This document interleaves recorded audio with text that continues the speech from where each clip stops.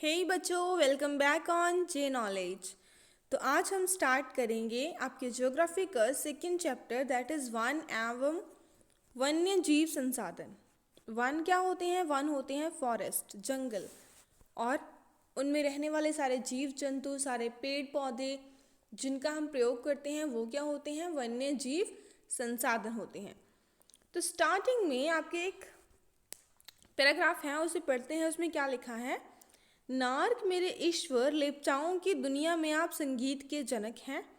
ओ नार्क मेरे ईश्वर, मुझे समय को समर्पित करने दें। मुझे आप अपना संगीत झरनों, नदियों, पर्वतों, वनों, कीटों और जानवरों से ग्रहण करने दें। मुझे आप अपना संगीत मधुर समीर से ग्रहण करने दें और इसे आपको समर्पित करने दें। तो ये एक पश्चिम बंगाल में रहने वाले लेप्चा नामक एक समूह का लोकगीत है। क्लियर? सो इससे हम क्या देख सकते हैं कि इन लोगों ने अपने लोकगीत में किनको रखा हुआ है? नेचुरल चीज़ों को, प्रकृति की चीज़ों को, उसके जीव जंतुओं को, उसके पेड़ पौधों को, झरनों को, नदियों को। इन्हीं चीज़ों से हम इन वन्यजीव संसाधनों को बचा भी सकते हैं। क्लियर? इस ग्रह पर हम सूक्ष्म जीव, बैक्टीरिया, जोंक, बहुत सारे जानवरों के साथ रहते हैं। पूरे का पूरा जो आवासीय स्थल है, ये पूरी धरती है जिसके ऊपर हम रहते हैं, यहाँ पर बहुत सारे अलग अलग जीव हैं, जैव विविधता है। हम जो मानव हैं वो दूसरे जीवधारियों से बहुत ही जटिल हैं, जिसका हम एक हिस्सा है। अपने अस्तित्व के लिए हम अलग अलग तत्वों पर निर्भर करते हैं। जैसे कि हमें वायु चाहिए जिसमें हम सांस लेते हैं, पानी चाहिए जिसे हम पीते हैं, मिट्टी जो अनाज पैदा करती है वो चाहिए हमें, उसके बिना भी हम नहीं रह सकते, और भी ऐसी बहुत सारी चीज़ें। वन पारिस्थितिकी तंत्र में एक महत्वपूर्ण भूमिका निभाते हैं। वन मतलब जंगल। जंगल क्यों? क्योंकि ये क्या है? जंगल मान लो वन या पेड़ पौधे। तो पेड़ पौधे हैं प्राथमिक उत्पाद। क्लियर?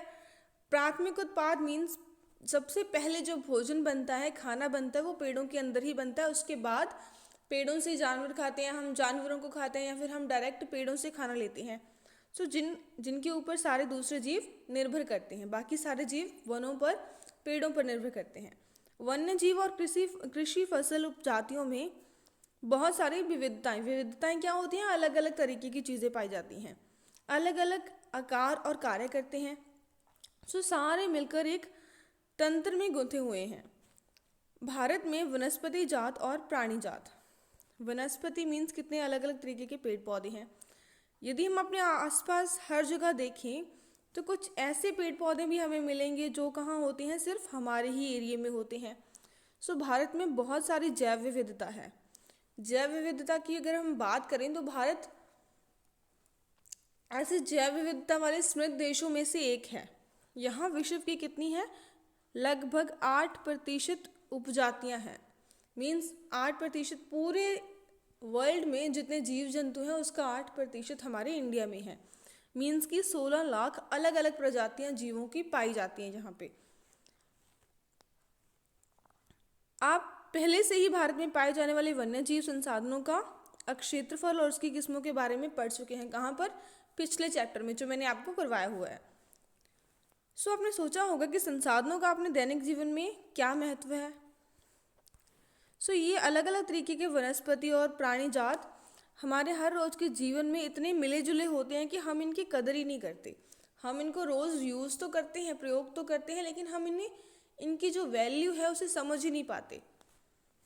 पिछले कुछ समय से क्या हुआ है, हमने इन संसाधनों पर बहुत दबाव डाला है। दबाव कैसे डाला है?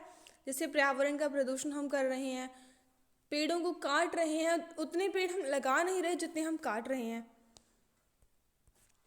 इससे इन सारे संसाधनों पर दबाव आता है। कुछ अनुमान के अनुसार क्या है, भारत में 10% वन्य वनस्पति मीन्स पेड़ पौधे और 20% जो स्तनधारी जीव हैं। स्तनधारी जीव वो जीव होते हैं जो अपने बच्चों को दूध पिला सकते हैं, तो उनके लुप्त होने का बहुत खतरा बढ़ गया है। सोचो 10% आपके पेड़ पौधे और 20% आपके जानवर अगर गायब हो जाएंगे तो बहुत असर पड़ेगा।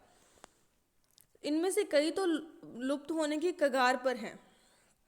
जैसे कि कौन कौन से जानवर हैं जो बिल्कुल खत्म होने वाले हैं। चीता है, गुलाबी सिर वाली बत्तख, पहाड़ी कोयल, जंगली चित्तीदार उल्लू है, मधुका इनसिग्निस, ये क्या है, महुआ की एक जंगली किस्म है, महुआ एक प्लांट है। और हुबर्डिया हेप्टान्यूरॉन, ये घास की ही एक प्रजाति है। ये सारे पौधे ऐसे हैं, जीव ऐसे हैं जो जिनकी संख्या धरती के ऊपर यानी कि हमारे भारत में इनकी संख्या बहुत कम रह गई है और ये धीरे धीरे करके गायब हो रहे हैं। वास्तव में हम नहीं बता सकते कि आज तक कितनी प्रजातियां तो लुप्त ही हो गई। लुप्त मीन्स धरती से गायब हो गई। आज हमारा ध्यान कहाँ है, जो बड़े दिखते हैं, बड़े पेड़ पौधे, बड़े जीव जंतु, उनकी तरफ हम ज़्यादा ध्यान देते हैं। लेकिन कुछ बहुत ही छोटे छोटे कीट पतंगे भी तो होते हैं ना जो गायब हो जाते हैं, तो वो भी तो हमारी लाइफ में बहुत महत्वपूर्ण है, उनकी तरफ हम ध्यान ही नहीं देते। लुप्त होते वन, पिक्चर में आपको शो किया जा रहा है कि जंगलों को जलाया जा रहा है खेती करने के लिए। यहाँ बताया कि भारत में जिस पैमाने पर कटाई हो रही है वो चिंता की बात है। देश में वन आवरण मीन्स कि जंगल का कितना हिस्सा है देश की जमीन का, 8,07,276 वर्ग किलोमीटर का क्षेत्रफल वनों के अंतर्गत आता है। मीन्स इतनी जगह पे क्या है, जंगल है। जो कुल हमारे देश की ज़मीन का कितना हिस्सा है, 24.56% हिस्सा है। इसमें से जो सघन वन है मीन्स कि घने जंगल हैं वो है 12%, और जो खुले वन हैं वो है 9%, और जो मैंग्रोव हैं वो है 0.15%, 0.15%। मैंग्रोव्स होते हैं जो दलदली इलाके में प्लांट्स होते हैं, दलदल में उगते हैं, वो होते हैं मैंग्रोव्स। एक स्टेट ऑफ फॉरेस्ट रिपोर्ट निकलती है। इस रिपोर्ट में मीन्स बताया जाता है कि कितने वन जो हैं जंगल ख़त्म हो गए हैं, कितने वन कहाँ किस एरिया में बड़े हैं, वो सब हमें बताया जाता है। तो इसके अनुसार वर्ष 2017 के सघन वनों के क्षेत्र में कितनी वृद्धि हुई है, 3976 वर्ग किलोमीटर की वृद्धि हुई है। परंतु वन क्षेत्र में यह वृद्धि किस चीज़ से हुई है, जो वन संरक्षण के लिए उपाय किए गए हैं, वृक्षारोपण किया गया है, उस चीज़ से हुई है। आओ हम अलग अलग प्रकार के पौधे और प्राणियों की जातियों के बारे में पढ़ें। इसमें एक आपका IUCN नामक संस्था है, मीन्स अंतर्राष्ट्रीय प्राकृतिक संरक्षण और प्राकृतिक संसाधन संरक्षण संघ है, जिन्होंने क्या किया है, अलग अलग पेड़ों को या जीवों को कुछ श्रेणियों में रखा है। श्रेणियों में कहाँ कैसे कि उनकी संख्या कितनी है उस आधार के ऊपर उन्हें श्रेणियों में रखा गया है। कौन सी श्रेणियाँ? सबसे पहली है सामान्य जातियाँ। ये वो जातियाँ हैं जिनकी संख्या अभी जीवित रहने के लिए सामान्य है, मतलब कि अभी हम नहीं कह सकते कि ये आने वाले टाइम में ख़त्म होंगी, जिनकी आज के टाइम पे जनसंख्या बहुत सामान्य है, ठीक ठाक है। जैसे कि पशु, साल, चीड़, रॉडेंट्स क्या होते हैं, जो चूहे वगैरह होते हैं। और नेक्स्ट है संकटग्रस्त जातियाँ। अब संकटग्रस्त नाम से ही पता है जिनके ऊपर संकट है, जिनकी संख्या कम हो रही है। वे जातियाँ जिनके लुप्त होने का खतरा है, जिनका हमें खतरा है कि वो लुप्त हो जाएंगी, धरती से गायब हो जाएंगी, जिन विषम परिस्थितियों के कारण इनकी संख्या कम हो रही है। मीन्स जैसे कि कोई जानवर है, वो बहुत सारे जानवर एक बार मर गए और उसके बाद फिर वो धीरे धीरे करके मर रहे हैं, और उनका कारण हमें पता है कि इस कारण से वो जानवर मर रहे हैं। अगर वो कारण चलता ही रहता है तो इनकी संख्या कम होने का खतरा है। जैसे कि काला हिरन, मगरमच्छ, भारतीय जंगली गधा, गैंडा, शेर पूंछ वाला एक बंदर, संघाई जो मणिपुरी हिरन है, इस प्रकार की जातियाँ ये क्या है, संकटग्रस्त जातियाँ हैं। इनके ऊपर संकट जो है, खतरा जो है वो बरकरार है। नेक्स्ट श्रेणी है सुभेग। सुभेग मीन्स वल्नरेबल। ये वो जातियां हैं जिनकी संख्या धीरे धीरे घट रही है और इनकी संख्या पर जो विपरीत प्रभाव डालने वाली परिस्थितियां हैं वो भी बदली नहीं है। मीन्स कि जिन वजह से इनकी संख्या कम हो रही है वो वजह भी अभी तक बरकरार है। अगर ये ऐसे ही चलता रहा तो ये भी प्रजातियां कहाँ हो जाएंगी, संकटग्रस्त श्रेणी में शामिल हो जाएंगी। इनमें क्या है, नीली भेड़ है, एशियाई हाथी, गंगा नदी की एक डॉल्फिन फिश है, वो आ जाती है। उसके बाद है दुर्लभ जातियाँ। दुर्लभ जातियाँ कौन? इन जातियों की संख्या बहुत कम या सुभेग है, कि पहले से ही इनकी संख्या बहुत कम है और जो इनको प्रभावित करने वाली जो विषम परिस्थितियां हैं, विषम मीन्स ऐसी परिस्थितियां जो इनके ऊपर बुरा असर डाल रही हैं, वो बदली नहीं है, तो ये भी संकटग्रस्त जातियों में शामिल हो सकती हैं। तो ये होती हैं दुर्लभ जातियां जो पहले ही बहुत कम हैं। स्थानिक जातियां। अब स्थानिक जातियां कौन सी होती हैं? प्राकृतिक या भौगोलिक सीमाओं।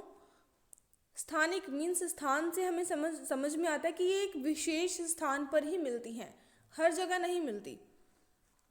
ठीक, अलग विशेष क्षेत्रों में पाई जाने वाली जातियां।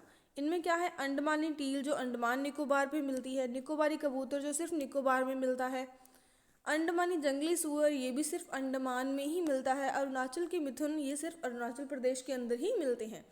तो अगर वो एक ही जगह में पाए जाते हैं और कहीं पे भी नहीं पाए जाते और उस जगह से भी वो खत्म हो जाएंगी तो वो लुप्त हो जाएंगी। तो ये होती हैं स्थानिक जातियाँ। देन है लुप्त जातियाँ। लुप्त मीन्स की जो धरती से खत्म हो चुके हैं, जो मर चुके हैं, अभी इनका कोई भी अस्तित्व धरती पे नहीं बचा है। ये वे जातियाँ हैं जो इनके रहने के आवासों में हमें खोज करने पर भी वहाँ नहीं पाई गई। ये स्थानीय क्षेत्र, प्रदेश, देश, महाद्वीप या पूरी पृथ्वी से ही लुप्त हो गई हैं, खत्म हो गए हैं पूरे तरीके से। ऐसी उपजातियों में एशियाई चीता और गुलाबी सिर वाले बत्तख शामिल हैं, वो कभी भी देखे नहीं गए। अब एशियाई चीता कहाँ चला गया? भूमि पर रहने वाला सबसे तेज स्तनधारी जीव चीता। ये बिल्ली के परिवार का ही एक सदस्य है जो 112 किलोमीटर प्रति घंटे की स्पीड से दौड़ सकता है। वैसे तो लोग सोचते हैं कि चीता और तेंदुआ, उनमें कोई डिफरेंस नहीं है, कोई फ़र्क ही नहीं है, लेकिन जो चीता है ना, उसकी पहचान होती है एक स्पेशल कि उसकी आंख के कोने से लेकर उसके मुंह तक नाक के दोनों ओर फैली आंसुओं जैसी ऐसी ऐसी रेखाएं होती हैं चीते के। 20वीं शताब्दी के पहले से ही अफ्रीका और एशिया में दूर दूर तक फैले हुए थे। पहले मीन्स कि 1800 के दशक में ये एशिया और अफ्रीका में थे, परंतु अब क्या हुआ, शिकार की वजह से ये लगभग लुप्त हो चुके हैं। भारत में तो ये बहुत टाइम पहले, यानी कि 1952 से पहले से ही गायब हैं, उसके बाद देखे ही नहीं गए। यदि हम चारों ओर अपनी नज़र दौड़ाएंगे तो हम पाएंगे कि हमने किस प्रकार जो प्रकृति के संसाधन हैं उनको बदल दिया है। अब ये देखो, यहाँ कुछ लुप्त, दुर्लभ और संकटग्रस्त जातियाँ दिखाई गई हैं। ये है साइकस बिडोमी डायर। मीन साइकस का एक पौधा है जो एक दुर्लभ है, एक जगह पर ही पाया जाता है, पूर्वी घाट पर ही मिलता है हमें इंडिया के। ये है संकटग्रस्त निकोबारी मेगापोड, ये निकोबार में ही मिलते हैं। अब इनके ऊपर भी संकट है शिकार की वजह से। यहाँ दिखाया गया है कर्नाटक में पाया जाने वाला हेट्रोमीट्रस कानेरिसिस, ये भी सिर्फ कर्नाटक में मिलता है। पश्चिमी घाट पर मिलने वाली ये कौन है? ऑर्कालैंडा ट्रानेंथकोरिया, मीन्स पोएसी फैमिली का एक प्लांट है जिसका उपयोग चटाई बनाने में किया जाता है। एम्बेलिका राइवीज, ये कच्चे फलों वाला एक संकटग्रस्त औषधीय पौधा है। और भी ऐसे बहुत सारे जीव जंतु हैं जिनके ऊपर संकट है, जिनके खत्म होने का खतरा है। हमने प्राकृतिक संसाधनों को बहुत बदल दिया है। कैसे? हमें क्या चाहिए होती है? लकड़ी, छाल, पत्ते, रबड़, दवाइयाँ, जितनी भी चीज़ें चाहिए हैं हमें कहाँ से मिलती हैं? वो वन्य जीवन से मिलती हैं। इसीलिए हमने वन्य जीवन को नुकसान पहुँचाया है। भारत में वनों का सबसे बड़ा नुकसान कब हुआ? जब अंग्रेज़ों ने रेल लाइन बिछाई, कृषि, व्यवसाय, वाणिज्य, इनका विकास हुआ। स्वतंत्रता के बाद वन संसाधनों के सिकुड़ने से कृषि का फैलाव एक महत्वपूर्ण कारण है कि हमारे देश की जनसंख्या बढ़ रही है, तो उससे कृषि का फैलाव हो रहा है। कृषि के लिए ज़मीन खाली कर रहे हैं हम जंगलों को काट के, तो उससे बहुत फर्क पड़ा है वन्य जीव पर। भारत में वन सर्वेक्षण के अनुसार 1951 से 1980 के बीच लगभग 26,200 वर्ग किलोमीटर क्षेत्र कृषि भूमि में चेंज किया गया, परिवर्तित किया गया। जंगलों को काट के खेती होने लगी। अधिकतर जनजातीय क्षेत्रों में, विशेषकर पूर्वोत्तर मध्य भारत में झूम खेती की जाती है। मीन्स स्लैश और बर्न खेती के चलते वनों की कटाई और भूमि का निम्नीकरण हुआ है। अब स्लैश और बर्न खेती में क्या करते हैं? जैसे कोई आदिवासी होते हैं, वो जंगलों में रहते हैं, तो वो जंगलों के छोटे से हिस्से को आग लगाकर वहाँ से पेड़ काट के उसको साफ कर लेते हैं, फिर वहाँ के ऊपर वो खेती करते हैं। कुछ टाइम के बाद वहाँ खेती करने पर क्या हो जाता है, उस मिट्टी में पोषक तत्वों की कमी हो जाती है और उसके बाद वो क्या करते हैं, उस जगह को छोड़ के कहीं और जाते हैं, पेड़ों को काटते हैं, वहाँ खेती करते हैं। तो ऐसे क्या हो रहे हैं, जंगल खत्म हो रहे हैं। इसे हम स्लैश और बर्न खेती बोलते हैं। क्या औपनिवेशिक जो वन नीति है उसको हम दोषी मान सकते हैं? हमारे कुछ पर्यावरण विशेषज्ञों के अनुसार भारत के कई क्षेत्रों में संवर्धन वृक्षारोपण मीन्स इनरिचमेंट वृक्षारोपण, इसमें क्या होता है, एक जगह पर एक ही तरीके के पेड़ लगाना। ये किस लिए लगाते हैं? कुछ ऐसे पेड़ होते हैं जिनसे हमें बहुत फ़ायदा मिलता है, तो हम एक जगह पर ऐसे ही पेड़ लगाते हैं। तो ऐसे ही पेड़ किसने लगाए थे? अंग्रेज़ों ने लगाए थे। एकल वृक्ष जातियों को बड़े पैमाने पर रोपण करने से दूसरी जातियां खत्म हो जाएंगी। तो अब ऐसा मानते हैं कि अगर हम एक ही तरीके के पेड़ ही लगाते जाएंगे तो बाकी जो पेड़ों की जातियां हैं वो खत्म होने लगेंगी। उदाहरण के तौर पर अगर हम सागवान के एकल रोपण से दक्षिण भारत में अन्य पेड़ जो हैं, अन्य वन हैं, वो खराब हो गए हैं, बर्बाद हो गए हैं। हिमालय में चीड़ के वृक्ष ज़्यादा लगाने से जो हिमालय के ओक और रोडोडेंड्रोन हैं उनका नुकसान हुआ है। क्लियर? अब जंगल में तो हर तरीके के पेड़ पौधे होते हैं, लेकिन अगर हम अपने फ़ायदे के लिए जंगल को काट के उसमें एक ही तरीके के पेड़ लगाएंगे तो वो भी क्या है, गलत है। और बड़ी जो विकास की परियोजनाएं होती हैं जैसे कि नहरों पर डैम बनाना, उनसे भी बहुत नुकसान होता है। तो 1952 से नदी घाटी परियोजनाओं के कारण 5000 वर्ग किलोमीटर से ज़्यादा जो वन है उनको साफ किया गया और ये प्रक्रिया अभी भी चल रही है। और मध्य प्रदेश में तो 4 लाख हेक्टेयर से अधिक जो वन है वो किसके अंदर समा गए? नर्मदा सागर परियोजना। नर्मदा नदी पर एक बड़ा डैम नर्मदा सागर परियोजना है जो किस लिए है? पानी से बिजली बनाने के लिए डैम बनाया गया। तो वहाँ पर इतनी ज़्यादा एक क्षेत्र 4 लाख हेक्टेयर जगह बहुत होती है, उतनी फॉरेस्ट को ख़त्म कर दिया गया, जंगलों को बर्बाद कर दिया गया। वनों की बर्बादी और इसका क्या कारण है?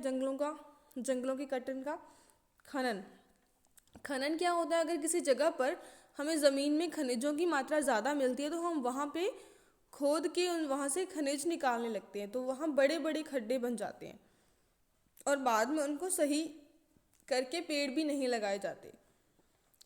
पश्चिम बंगाल के बक्सा टाइगर रिजर्व ने डोलोमाइट के खनन के कारण वो भी खतरे में है। अब टाइगर रिजर्व मीन्स कि टाइगर को बचाने के लिए हमने एक जगह बना दी जिसे हम टाइगर रिजर्व बोलने लगे, किस जगह के अंदर कोई शिकार नहीं करेगा। इसमें भी डोलोमाइट एक खनिज है वो मिला है, उसकी खदानों के कारण ये भी अब खतरे में आ गया है। कई प्रजातियों के प्राकृतिक आवासों को नुकसान पहुंचा है जिसमें भारतीय हाथी भी शामिल है। बहुत से वन अधिकारी और पर्यावरणविद क्या मानते हैं कि वन संसाधनों की बर्बादी पशुचारण और ईंधन के लिए लकड़ी कटाई से भी हो रही है। इसमें कुछ सच्चाई तो हो सकती है, लेकिन पशुचारण से भी इतना नुकसान नहीं होता जितना कि जो बड़े लोग हैं, पैसे वाले लोग हैं, वो करते हैं वनों का। वन तंत्र देश के मूल्यवान वन पदार्थों, खनिजों और अन्य संसाधनों का एक कोष है। बहुत सारे संसाधन हमें मिलते हैं। तेज़ी से विकसित हो रही जो शहरी अर्थव्यवस्था की मांग है उसने भी वनों की कटाई में योगदान दिया है। ये आरक्षित क्षेत्र अलग अलग लोगों के लिए अलग अलग मायने रखते हैं। तो अब क्या है, जो सरकार है उसने कुछ आरक्षित क्षेत्र बना रखे हैं। हिमालय यव। अब हिमालय यव क्या है? हिमालय यव चीड़ की प्रकार का ही एक सदाबहार पौधा है। यह एक औषधीय पौधा है जो हिमाचल प्रदेश और अरुणाचल प्रदेश में पाया जाता है। इस पेड़ की छाल, पत्तियों और टहनियों में से क्या निकलता है? एक रासायनिक पदार्थ निकलता है जिसका नाम है टेक्सोल, और ये टेक्सोल कैंसर के रोगियों का उपचार करने के लिए प्रयोग किया जाता है। अब कैंसर विश्व में बहुत बढ़ गया है, तो सोचो इसकी दवाई बनाने वाला एक पौधा जो किसी पर्टिकुलर जगह पर ही मिल रहा है, तो लोग उसे बहुत ज़्यादा वहाँ से उसकी छाल को, उन पेड़ों को कट करेंगे, उन्हें बेचेंगे, वो बिकता भी वो महंगा ही होगा, तो इसीलिए उनका भी नुकसान हो रहा है। दवाई विश्व में अधिक बिकने वाली कैंसर की औषधि है, इससे बनी हुई दवाई। इसके अत्यधिक निष्कासन से इसको भी खतरा पैदा हो गया है। तो अब हज़ारों ही इसके पेड़ सूख गए क्योंकि लोग अलग अलग तरीके से इनको काट करके इनको बेच रहे हैं। भारत में जैव विविधता को कम करने वाले और भी कई कारक हैं, जैसे कि उनकी आवास का, जीवों के रहने की जगह का विनाश हो जाना, जंगली जानवरों का उनको मारना, पर्यावरण प्रदूषण, ये बहुत सारे कारण हैं। अब पर्यावरण के रख रखाव की जिम्मेदारी में भी असमानता है कि हम कहते हैं कि सारे ही लोगों को उसमें इन्वॉल्व नहीं किया गया। विकासशील देशों में पर्यावरण विकास का मुख्य दोषी अधिक जनसंख्या को मानते हैं कि ज़्यादा जनसंख्या है तो ज़्यादा पर्यावरण पर दबाव पड़ेगा। यद्यपि जो अमेरिकी नागरिक हैं वो हमसे, हमारे देश से भी ज़्यादा नुकसान करते हैं पौधों का, लगभग 40 गुना से ज़्यादा। सोमाली नागरिक वो ज़्यादा उपभोग करते हैं। इसी प्रकार शायद भारत के 5% जो धनी लोग हैं वो हमारे 25% गरीब लोगों से ज़्यादा संसाधन उपयोग करते हैं। अब यहाँ बता रखा है कि जो गरीब लोग हैं, जंगलों में रहते हैं, वो कैसे संसाधनों का उपयोग करते हैं। ये शांत घाटी में एक नर्सरी में आदिवासी युवतियाँ जो बांस के पौधे लगा रही हैं। ये कुछ औरतें सूखी पत्तों को इकट्ठा करके ले जा रही हैं। कुछ आदिवासी महिलाएं जो जंगलों से मिलने वाले फल फ्रूट हैं उनको बेच रही हैं।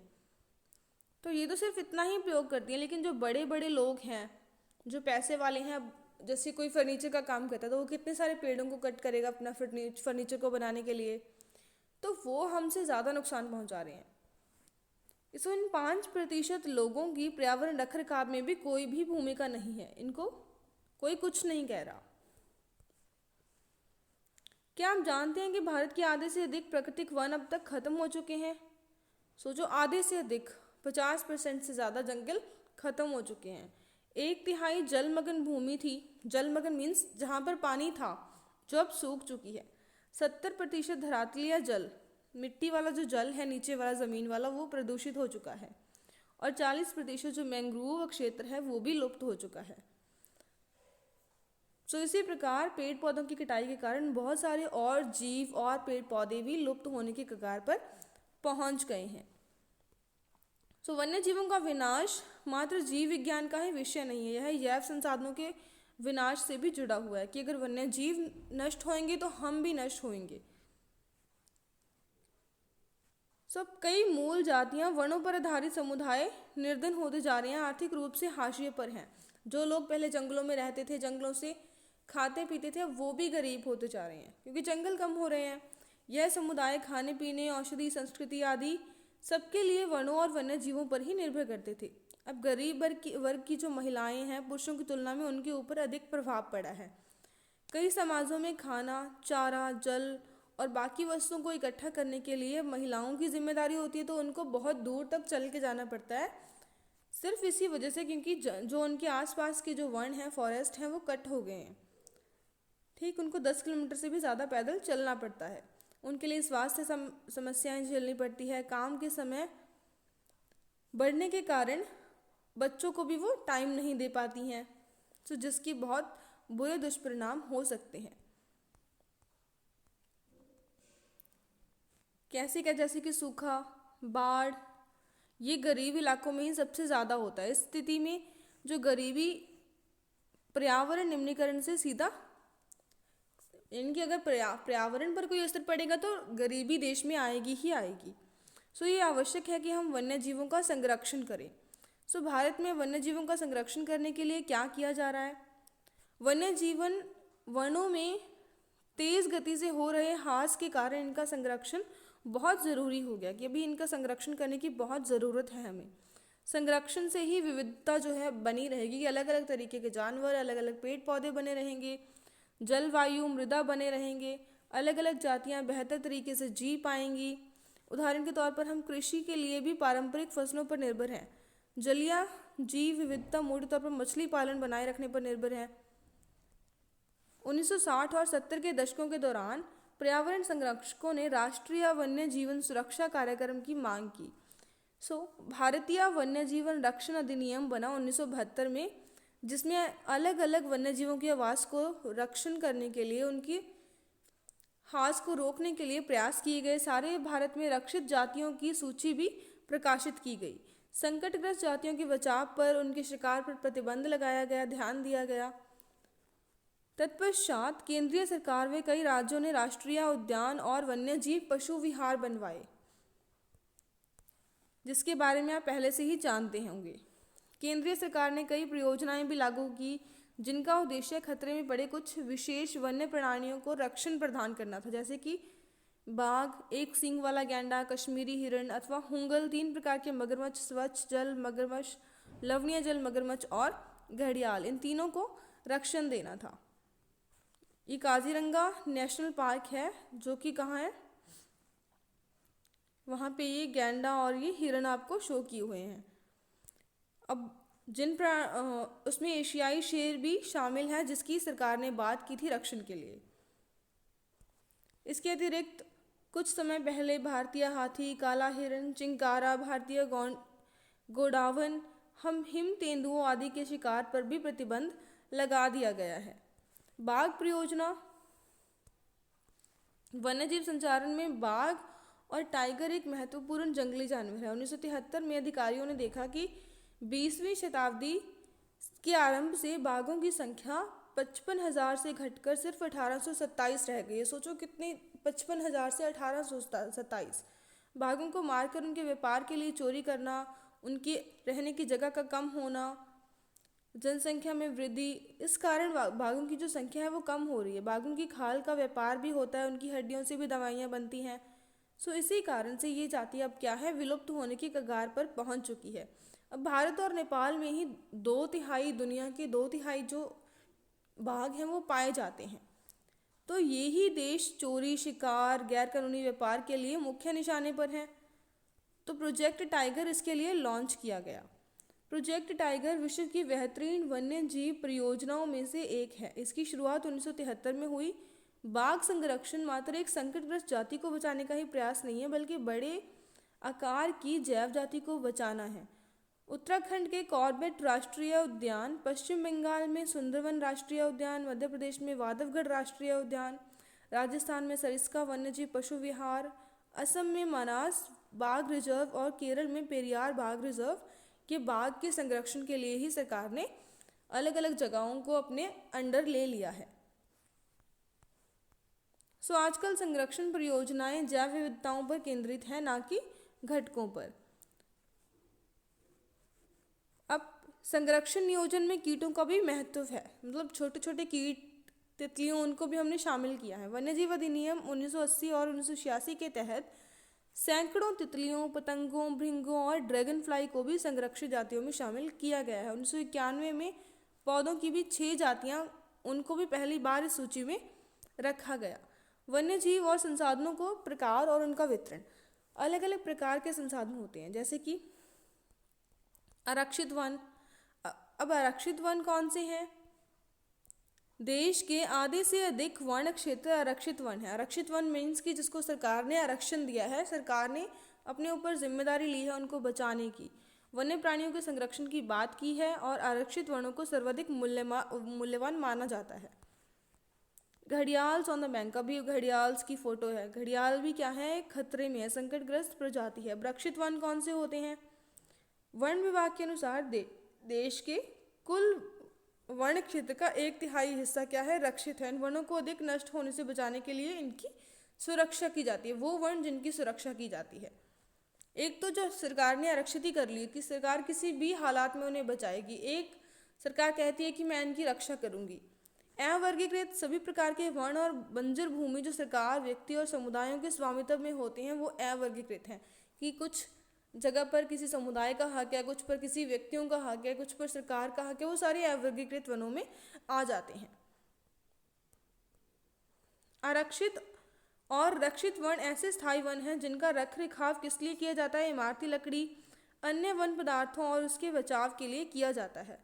मध्य प्रदेश के अंतर्गत बहुत सारे फॉरेस्ट, जंगल किस स्टेट में आते हैं? मध्य प्रदेश। मध्य प्रदेश की कुल भूमि का 75% हिस्सा क्या है? जंगल है।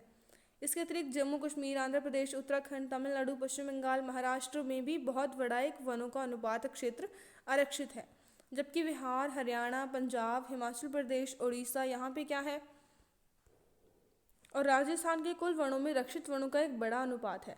पूर्वोत्तर के सभी राज्यों और गुजरात में अधिकतर वन क्षेत्र क्या है? अवर्गीकृत है और स्थानीय समुदाय जो वहां पर रह रहे हैं उन्हीं के अंतर्गत आता है वो। समुदाय और वन संरक्षण। वन संरक्षण मीन्स जंगलों को संरक्षण देने की, उनको बचाने की जिम्मेदारी कुछ समुदायों पर भी आ जाती है। मीन्स कि समुदाय जो वहाँ पर रह रहे हैं अपने आवास स्थलों के संरक्षण में जुटे हुए हैं। सरिस्का बाघ रिजर्व राजस्थान के गांव के लोग वन्यजीव संरक्षण के तहत वहां से खनन के कार्य को बंद करवाने के लिए संघर्ष कर रहे हैं। कई लोगों ने तो खुद वन्य जीवों के आवास की रक्षा के लिए ढाल लिया है। सरकार की ओर से मतलब मीन्स कि सरकार उनके बीच कोई हस्तक्षेप ना करे, वो ये भी कह रहे हैं कि हम खुद ही बचा लेंगे। राजस्थान के अलवर जिले में 5 गांव के लोगों ने 1200 हेक्टेयर जो जंगल है उसको नाम दे दिया भैरवदेव डाकव सेंचुरी, जिसके अपने ही नियम है और उन्होंने शिकार को वहाँ पे वर्जित किया हुआ है कि लोगों ने ही खुद की सेंचुरी बना ली, खुद का विहार बना लिया कि हम इस जगह को बचाएंगे। पवित्र पेड़ों के झुरमुट विविध दुर्लभ जातियों की संपत्ति। अब हमें पता है कि अलग अलग लोग अलग अलग पेड़ों को क्या मानते हैं, पवित्र मानते हैं और उनकी पूजा करते हैं। इस प्रकार पेड़ों से छेड़छाड़ रुक जाती है। कुछ विशेष पेड़ों की पूजा करते हैं, जैसे कि अगर हम आदिवासियों की देखें तो छोटा नागपुर क्षेत्र की मुंडा और संथाल जनजातियां, मीन्स ये जातियों के नाम हैं, ये महुआ और कदम्ब के पेड़ों की पूजा करते हैं। उड़ीसा और बिहार की जनजातियां इमली और आम के पेड़ों की पूजा करती हैं और हम में से बहुत पीपल और वट वृक्ष को पवित्र मानते हैं। इस प्रकार हमारी अनेक संस्कृतियां हैं जो अलग अलग चीज़ों की पूजा करते हैं, जैसे कि झरनों, पहाड़ी चोटियाँ, जैसे कि हम मंदिरों के आसपास बंदर देख सकते हैं, उनको खाते पिलाते हैं। राजस्थान के विश्नोई गांवों में काले हिरन, चिंकारा और नीलगाय और मोरों के झुंड देखे जा सकते हैं। लोग इनको कुछ नहीं कहते वहाँ पे। इस प्रकार वन्यजीव संरक्षण किया जा सकता है। हिमालय के प्रसिद्ध चिपको आंदोलन के बारे में तो आपने सुना ही होगा। सो वहाँ के गाँव में जब पेड़ काटे जा रहे थे तो वहाँ की महिलाओं ने पेड़ों को ऐसे कवर कर लिया था कि हाँ, हम इनको नहीं कटने देंगे, कि अगर आपको पेड़ काटने हैं तो पहले आपको हमें काटना होगा, तब आप पेड़ काट सकते हो। तो इसे हम चिपको आंदोलन बोलते हैं। वो पेड़ों से चिपक गई थी। सो इस तरीके से हम समुदायों को साथ लेकर वनों का संरक्षण कर सकते हैं। टिहरी के किसानों ने बीज बचाओ आंदोलन और नवधान्य के माध्यम से यह कर दिखाया। कैसे? उन्होंने क्या किया, वो रासायनिक जो उर्वरक हैं उनके बिना अलग अलग फसलों को उगाते हैं और वहाँ पर कृषि उत्पादन करते हैं। उन्होंने दिखा दिया कि बिना रासायनिक उर्वरकों का यूज़ किए भी हम कृषि कर सकते हैं। सो अब स्थानीय समुदायों को साथ में लेकर चलना ये कब से शुरू हुआ? 1988 से ये शुरू किया गया, जब ओडिशा राजा ने संयुक्त वन प्रबंधन का पहला प्रस्ताव दिया। संयुक्त वन प्रबंधन मीन्स कि सबको मिला के वनों का प्रबंधन करना। संयुक्त सरकार भी और अलग अलग जनजातियां, समुदाय भी इकट्ठे मिलकर वनों की रक्षा करें। और इसमें गांव के स्तर पर संस्थाएं बनाई गई, जिसमें ग्रामीण वन विभाग और बाकी लोगों को शामिल किया गया। उन लोगों को यहाँ से कुछ ना कुछ गैर इमारती वन और कुछ उत्पाद भी मिलते हैं, जिससे कि पेड़ों का संरक्षण भी हो जाता है। सो भारत में पर्यावरण विनाश और पुनर्निर्माण की क्रियाशीलताओं से हमें सीख मिलती है कि स्थानीय समुदायों को हर जगह प्राकृतिक संसाधन प्रबंधन में शामिल करना चाहिए, परंतु स्थानीय समुदायों को फैसले लेने की भूमिका में भी हमें शामिल करना होगा। इसमें अभी देर है।